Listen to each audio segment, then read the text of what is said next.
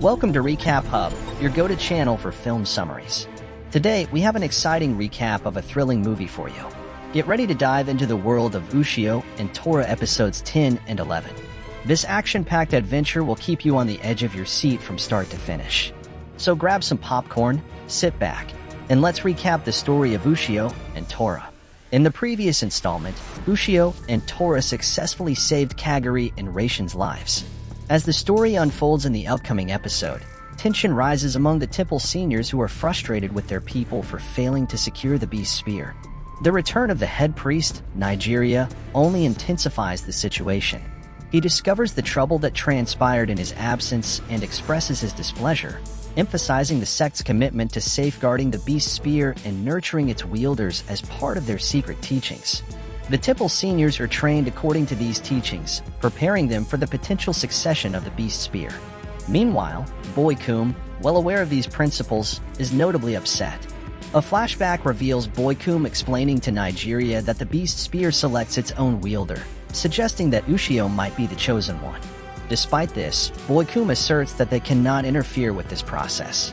Issuing an order to the temple members, Nigeria unites them under the decision to monitor Ushio as a potential inheritor of the beast spear. On a parallel track, Ushio and Tora find themselves at a hot spring, following Kagari and Raishin's suggestion for its healing properties. Sensing an unfamiliar presence, Ushio investigates, discovering a beautiful girl named Saya bathing. Startled, Saya quickly retreats upon noticing them. Tora informs Ushio that Saya is no ordinary girl. Later, Saya returns home to her father, Taki, who expresses frustration over her tardiness. It is revealed that Saya's family restricts her from prolonged outings.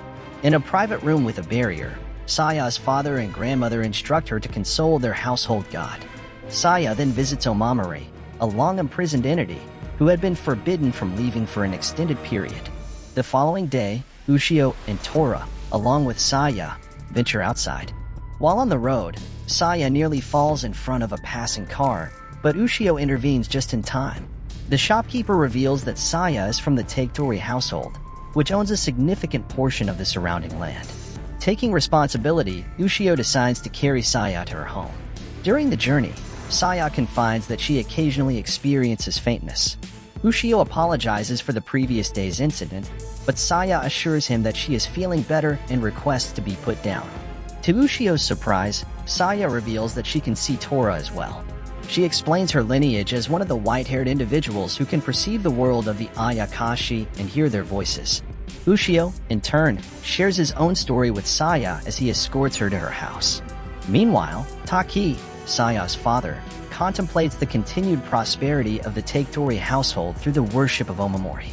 Upon reaching Ushio's house, Saya expresses her desire to talk to him about something important. However, Taki interrupts, expressing frustration with Saya's recurring fainting episodes and the resulting damage to the family's reputation. Saya's grandmother admonishes her, referencing the potential repercussions reminiscent of her mother's fate. Ushio, angered by Taki's comments, confronts him, suggesting that he should have left by now if all they cared about was money. The situation escalates, but Saya intervenes, requesting half an hour to speak with Ushio about a matter of importance. Despite initial resistance, Taki reluctantly agrees, noting a growing realization. Ushio, intrigued, asks Saya about the topic she wanted to discuss. Saya begins by sharing a poignant revelation about her mother's untimely death during her childhood. In a flashback, Saya's mother had told her that their duty was to bridge the gap between humans and yokai, fostering harmony. However, the harsh reality was far different. Her mother became a mere tool to safeguard the household's fortune. Saya never witnessed her parents exchanging words, and her mother's existence was confined to serving the household's interests until her eventual demise. As Saya unfolds her story, she prompts Ushio with a question. Have you ever heard the tale where it dwells will be blessed with fortune and power, but where it leaves disaster and poverty shall follow? Ushio begins to grasp the significance of her narrative. Saya discloses that the household had ensnared a god, Omamori, with the responsibility of preserving their prosperity. However, Omamori's true name is Zashiko Arashi. Tora, examining the formidable barrier, remarks on its strength and surprises Ushio by revealing that Omamori recognizes him. Ushio, shocked by this revelation, learns that Tora had once been trapped like Saya is now. Omamori expresses her desire to be liberated after being confined for an extended period and requests their help in destroying the barrier. Meanwhile, Taki recalls Omamori's words, predicting the arrival of one bearing a spear to set her free. Ushio, realizing the implication, questions if he was brought here to dismantle the barrier. Omamori confirms that he possesses the power to do so. However, Tora issues a cautionary warning to Omamori. Anger intensifies upon learning that the destruction of the barrier would result in a devastating wave of energy that could potentially wipe out Omamori. Omamori, having endured 2 centuries of solace, expresses her reluctance to witness Saya's demise. In a heated exchange, Taki attempts to attack Ushio, driven by the determination to preserve the prosperity bestowed upon his family by the trapped god. Ushio, fueled by anger and the conviction that Omamori deserves freedom, retaliates against Taki's opposition. Saya, torn between her desire to save Omamori and the grim consequences, intervenes, preventing Ushio from breaking the barrier. Despite Ushio's determination, Saya is resolute in her decision to protect Omamori. Amidst the turmoil, Tora, empathizing with Omamori's plight as a fellow prisoner, yearns to liberate her. Ushio, unable to act due to Saya's resistance, faces a deadlock. Tensions escalate as Taki's men capture Ushio. Taki, driven by the ancestral connection to Omamori and the prosperity it brought, persists in opposing the barrier's destruction. In a pivotal moment, Saya reflects on her mother's teachings and the purpose of Omamori's existence. Her perspective shifts as she contemplates the toll Omamori's imprisonment has taken on countless generations. Moved by this realization, Saya steps away, allowing Ushio to shatter the barrier. As the barrier crumbles, an immense wave of energy engulfs the surroundings. In the midst of chaos, Tora and Ushio manage to shield everyone from the destructive force. Omamori, finally liberated, stands free. However, the aftermath leaves Saya's emotions in turmoil, grappling with the consequences of her actions and the newfound freedom bestowed upon Omamori. The family, despite Omamori's liberation, remains discontent. Tora queries Omamori about her plans moving forward. In response, Omamori asserts that she served as proof of the existence of white-haired women and now has a clear destination to pursue. She expresses gratitude and assures that she won't forget the debt incurred. Ushio bids farewell to Saya, acknowledging the impact of their encounter, and departs with Tora. In the subsequent scene, Nakamura experiences a peculiar dream from her third-grade days, recalling a boy covered in scratches who had carried her. Despite the dream's vividness, Nakamura struggles to comprehend its significance. Concurrently, she harbors resentment towards Ushio for disappearing without notice. Meanwhile, Inoue's father acquires a mirror, unknowingly a Chinese antique. Inoue senses vibrations from the mirror but dismisses it, heading to school with Nakamura. During their conversation, Inoue shares the peculiarities of the mirror, and both friends delve into childhood memories. Nakamura, though appearing indifferent about Ushio, feels a lingering sadness. Throughout the school day, Nakamura wrestles with her emotions. She reacts with anger if Ushio's absence is mentioned, creating an air of tension. Despite the turmoil, the other boys in the school remain seemingly unaffected by the situation. Without Ushio's awareness, Inoue decides to accompany Nakamura to Ushio's house, expressing her hope that everything is well with him. Arriving at Ushio's house, they inquire about his absence from school.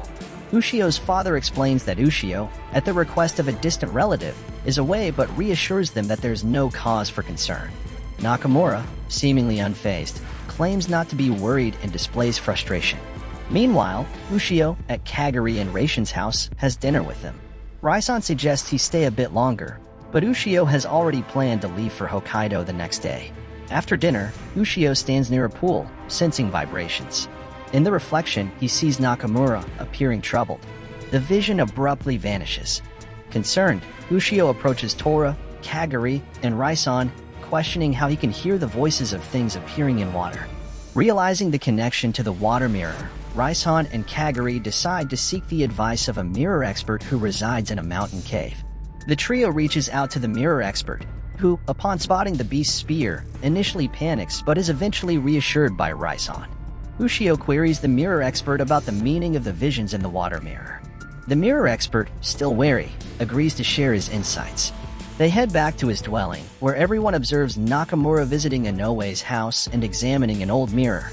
Noticing that the mirror has been moved, Inoue and Nakamura continue with their work, unaware that the mirror is actually a demon mirror with malevolent intentions, aiming to transport them to its world. Inoue, thinking Nakamura is preoccupied with thoughts of Ushio, reminisces about a third-grade summer vacation when they collaborated on a handicraft project. In this nostalgic recount, a dog ran away with their project, prompting Nakamura to seek Ushio's help.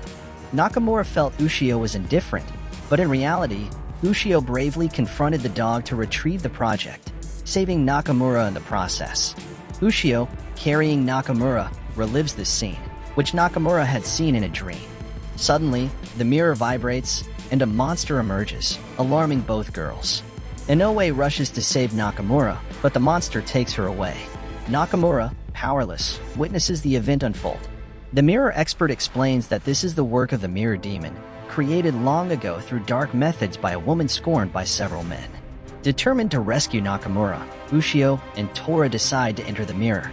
The mirror expert warns them that his powers are limited and implores them to return before the water boils, or they risk being trapped in the mirror forever. Inside the mirror, Ushio and Tora encounter a bright light, transporting them to Inoue's room. Ushio addresses Nakamura, urging her to place the mirror down.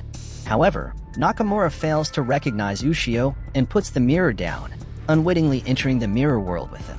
She expresses her intent to protect Inoue, having been taken because she shielded her from the monster. Nakamura, addressing Tora, feels a sense of familiarity but struggles to place where she has seen him before.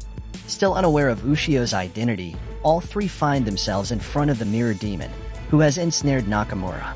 The demon's actions cause great anger, especially as it exposes Inoue. In retaliation, the mirror demon transforms and launches an attack, but Tora successfully counters it. With limited time, Ushio unleashes a powerful assault, ultimately destroying the mirror demon and freeing Inoue.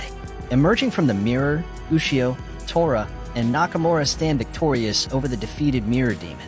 Today, Nakamura finally learns Ushio's true identity and expresses gratitude for his rescue. Ushio reassures her that he will be home soon, and they depart with Tora. As the episode concludes, viewers are encouraged to watch the video on the left side for any missed details and to subscribe to Recap Hub with notifications set to all. The end. Thank you for watching the video. Wait for the next videos from your channel.